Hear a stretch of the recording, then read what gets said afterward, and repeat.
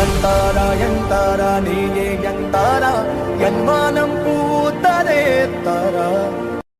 நூரே முஹம்மது யா ரசூலல்லாஹ்,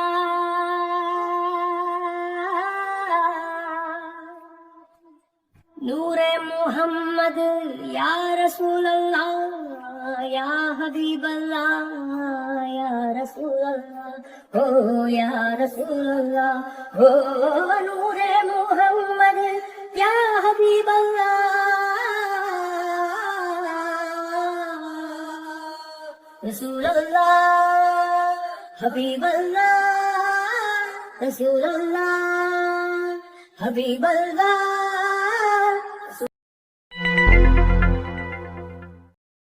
இந்தாங்க மாமா. என் தங்கம் ஐஷு சாப்பிட்டாளா? இல்லை மாமா, கேட்டதுக்கு அப்புறமா சாப்பிட்டுக்கிறேன்னு சொல்லிட்டா. நேற்று நைட்டும் ஒன்றுமே சாப்பிடல. 2 தோசை தான் கொண்டு போய் கொடுத்தேன். காலையில் போய் பார்க்குறேன் அது அப்படியே ரூமில் இருக்குது, எதுவுமே சாப்பிடல. ரூம்குள்ளேயே உட்காந்து அழுதுகிட்டே இருக்கா மாமா.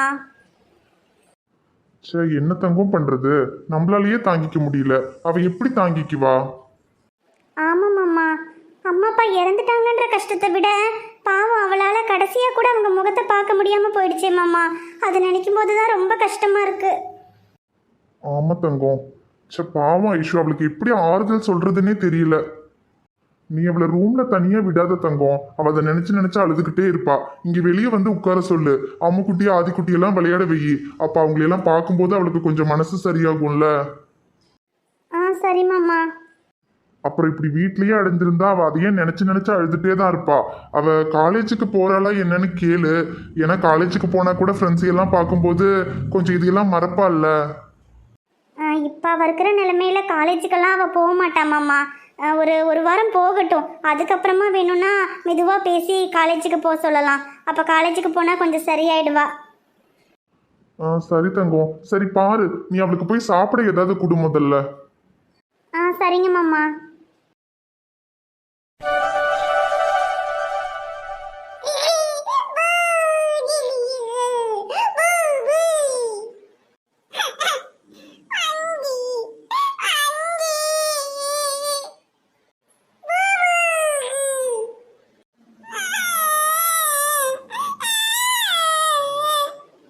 ஆதி,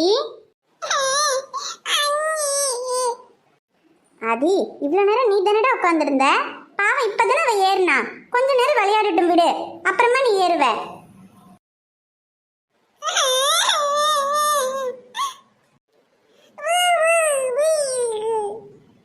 ஐஷு, சாப்பிட எடுத்துட்டு வரட்டாமா? வேண்டாங்க்கா, பசிக்கல. என்ன நீ நேத்தே ஒன்றும் சாப்பிடல, இப்போ மணி 10 ஆகுது, இப்பவும் ஒன்றும் வேணாங்கிற? இங்கே பாருமா, 2 பூரி கொண்டு வரேன், சாப்பிடு. அம்மதா. ஆமாம் வாங்கம்மா. மடி ஐஷு, அழாதம்மா ஐஷு, மனசுக்கு ரொம்ப கஷ்டமா இருக்கு. நீ எதுக்கும் கவலைப்படாதம்மா, உனக்கு நாங்கள்லாம் இருக்கோம். எங்கம்மா சாப்பிடாம உட்காந்து அழுதுகிட்டே இருக்கா, சாப்பாடு கூட வேணாங்கிறா. என்னம்மா ஐஷு, சாப்பிடாம இருந்தா போனவங்க திரும்பி வந்துடுவாங்களா? சாப்பிடாம இருந்து உன் உடம்ப ஏமா கெடுத்துக்கிற? அம்மா அப்பா வரல? இல்லம்மா அமுதா, இன்னைக்கு சித்தியும் பசங்களும் ஊருக்கு போறாங்க. அவங்கள பஸ் ஸ்டாண்ட்ல கொண்டு விட போயிருக்காரு. எனக்கு விஷயத்தை கேட்டதுல இருந்து ஐஸ்வர்யாவை பார்க்கணும் போல இருந்துச்சு. அதான் சரி அன்புவை கொண்டு விட சொன்னேன். அவன் காலேஜுக்கு கிளம்பிட்டு இருந்தான். சரி ஒரு 8 கொண்டு விட்டுட்டு போயிருப்பான்னு சொல்லி கூட்டிட்டு வந்தேன். சரிம்மா, அப்புறம் அத்தையும் அம்மாச்சியும் எங்க? அவங்க உள்ளதாம்மா இருக்காங்க. சரி மடி ஐசு, அழாதம்மா. கொஞ்ச நாளைக்கு கஷ்டமா தான் இருக்கும், அப்புறம் நாங்கெல்லாம் இருக்கோம்ல, கவலைப்படாம இருமா. சரி அமுதா, நான் போய் அத்தையும் அம்மாச்சியும் பார்க்குறேன். சரிம்மா. ஐஷு இரு, உனக்கு நான் போய் சாப்பிட எடுத்துட்டு வரேன். டே அன்பு, நீ சாப்பிட்டியாடா? சாப்பிட்டக்கா, வீட்டிலேருந்து சாப்பிட்டு தான் வந்தேன். சரிடா இரு, நான் உனக்கு குடிக்க ஏதாவது எடுத்துட்டு வரேன்.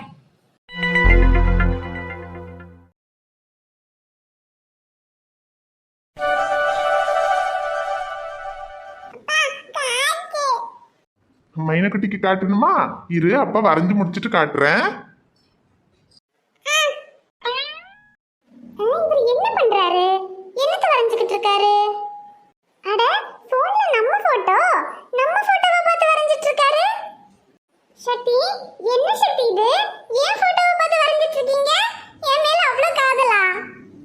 சேச்சே அதெல்லாம் இல்ல கையல். ஆபீஸ்ல ஒரு கண்டெஸ்ட் ஒன்று நடக்குது. யாரு தத்ரூபமா பேயோட படத்தை அப்படியே வரைஞ்சு கொண்டு வராங்களோ அவங்களுக்கு பரிசு கொடுக்கறதா சொல்லியிருக்காங்க. நானும் கோஸ்ட் பிக்சர்னு கூகுள்ல எல்லாம் அடிச்சு பார்த்தேன். ஆனா எந்த போட்டோவும் அவ்வளவு தத்ரூபமா இல்ல. அப்புறம் கேலரியில செக் பண்ணி பார்க்கும்போது தான் உன் போட்டோவை பார்த்தேன். அப்படியே அச்சு அசலா பேய்க்கு உண்டான 10 பொருத்தமும் பக்காவா இருக்கு. நீ வேணா பாரு கையல், இந்த கண்டெஸ்ட்ல ஃபர்ஸ்ட் பிரைஸ் எனக்கு தான். கொஞ்சம் இருங்க வரேன். ஏன் கையல் எங்க போற?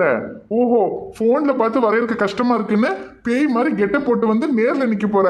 அப்போ பார்த்து வரைய ஈஸியா இருக்கணும் தானே? சரி, கெட்டப்பெல்லாம் வேணாம் கையல். இப்படியே ரியாலிட்டிக்கா தான் இருக்கு. இப்படியே பார்த்து வரைஞ்சிடறேன். அப்படியே நில்லு. என்ன பார்த்தா உங்களுக்கு என்ன பேய் மாதிரியா இருக்கு?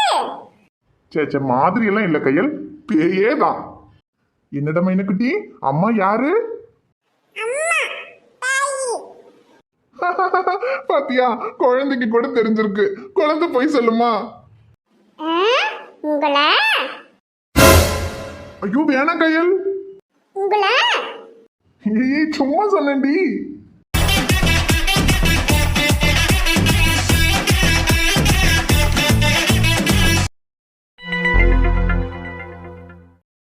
சாரா, என்ன ஷமீர்னா?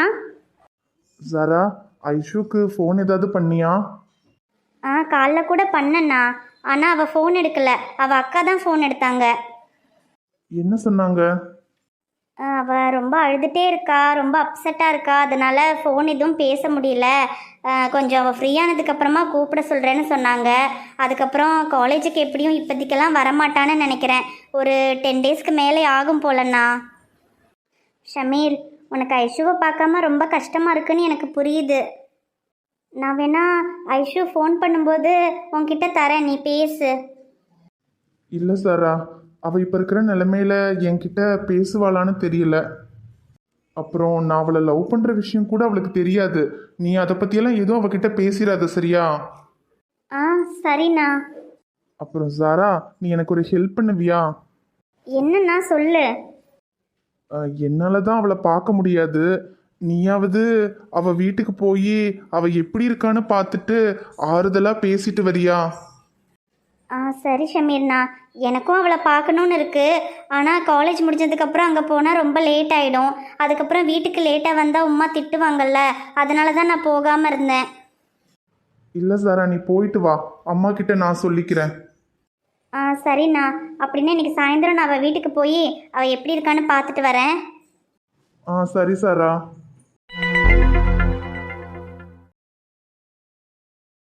ஈக்கா, நம்ம கோயம்புத்தூர்ல இருக்க இத்தா தான் ஃபோன் பண்ணியிருந்தாங்க. யாரு, ரெஜினாவா? அவங்க தான். அப்புறம் அவங்க பொண்ணு ஷஹானா இருக்கால்ல, அவள் இப்போ நர்சிங் முடிச்சுட்டு வீட்டில் சும்மா தான் இருக்காளா.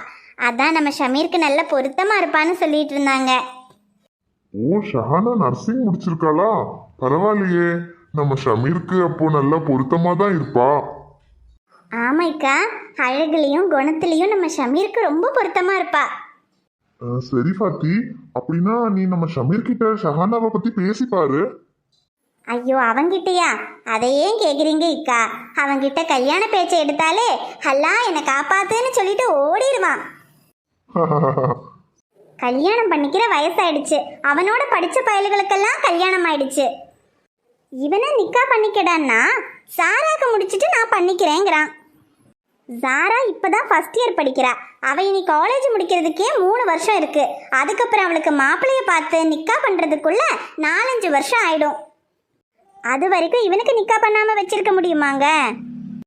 சரி ஃபாத்திமா, நம்ம அவன்கிட்ட கல்யாண பேச்சு எடுத்தா அவன் வேண்டான்னு தான் சொல்லுவான். நம்ம எல்லாருமா சேர்ந்து குடும்பத்தோட ஒரு நாளைக்கு ரெஜினா வீட்டுக்கு போவோம். அப்போ ஷஹானாவை நேர்ல பார்த்து பேசினா ஒருவேளை அவனுக்கு கல்யாணம் பண்ணிக்கணும்னு தோணினாலும் தோணலாம் இல்லையா? சரியா சொன்னீங்கக்கா. கல்யாண பேச்சு எடுத்தாலே காது கொடுத்து கேட்க மாட்டான், அப்போ ஓடிடுவான். அதனால அவன்கிட்ட பேசி எந்த பிரயோஜனமும் இல்லை. நம்ம எல்லாருமா சேர்ந்து ஒரு நாளைக்கு கோயம்புத்தூர்ல இத்தாத்தா வீட்டுக்கு போவோம். அப்போ அங்கே போய் ஷஹானாவை நேரில் பார்த்தாலாவது அவன் மனசு மாறுதான்னு பார்ப்போம். சரி ஃபாத்திமா, ஷமீர்க்கா ஹாஸ்பிட்டல் எப்போ ஃப்ரீ ஆகும்னு பார்த்து சொல்லு. நம்ம எல்லாருமா சேர்ந்து ஒரு நாளைக்கு போயிட்டு வந்துருவோம். சரிங்கக்கா. அப்புறம் ஷஹானாவை கல்யாணம் பண்ணி வைக்கிற விஷயத்தை பற்றி அவங்ககிட்ட பேசவே கூடாது. ஏன்னா அப்படி சொன்னோன்னா அதுக்கப்புறம் வேலையே இல்லைனாலும் ஹாஸ்பிட்டலில் பிஸியாக இருக்குன்னு சொல்லிட்டு வரவே மாட்டான். எதுவும் சொல்லாமல் சும்மா போகிறோன்னு சொல்லி தான் கூட்டிகிட்டு போகணும்.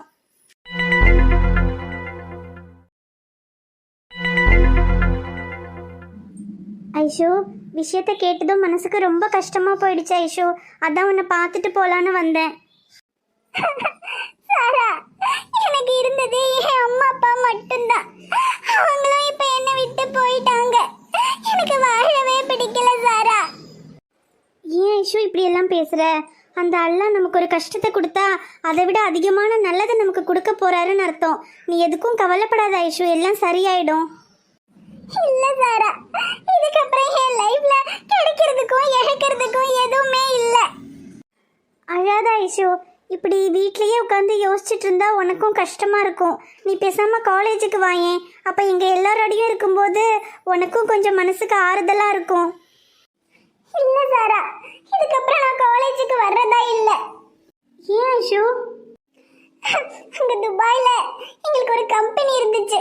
அப்பா இறந்ததுக்கு அப்புறம் அந்த கம்பெனில ஷேர் போட்டவங்க எல்லாம் ஷேர் திரும்ப வேணும்னு சொல்லிட்டாங்க. அதனால கம்பெனியை வித்து அங்க உள்ள ஷேரை எல்லாம் உங்களுக்கு திருப்பி கொடுக்க சொல்லிட்டோம். அதனால இப்ப அப்பாவுக்குன்னு எந்த சொத்துமே இல்லை. இங்க கதிரத்தான் என்னை பாத்துக்கிறதே பெரிய விஷயம். இதுல வேற ஃபீஸ் எல்லாம் கட்டி என்ன காலேஜுக்கு படிக்க வைக்கணும்னு அவர்கிட்ட கேட்கவே எனக்கு கஷ்டமா இருக்கு. நான் யாருக்கும் பாரமா இருக்க விரும்பல. அதனால நான் பேசாம எங்கேயாவது வேலைக்கு போலான்னு இருக்கேன் சாரா. அட்லீஸ்ட் எனக்கு உண்டான செலவையாவது நானே பார்த்துக்கலாம்ல. என்ன இஷ்யூ சொல்ற? எங்க வேலைக்கு போவ? தெரியல சாரா, ஆனா கண்டிப்பா எங்கேயாவது ஒரு வேலை ரெடி பண்ணணும். எனக்கு உண்டான செலவையாவது நானே பார்த்துக்கணும். என்ன இஷ்யூ? உன் வீட்டில் நீ வேலைக்கு போறேன்னு சொன்னா ஒத்துக்குவாங்களா? இல்ல, கதிரத்தானும் அமுதாக்காவும் என்னை வேலைக்கு போக சம்மதிக்க மாட்டாங்க. என்னை படிக்க வைக்கிறேன்னு தான் சொல்லுவாங்க. ஆனா அவங்கள எப்படியாவது கன்வின்ஸ் பண்ணி நான் வேலைக்கு போகணும்.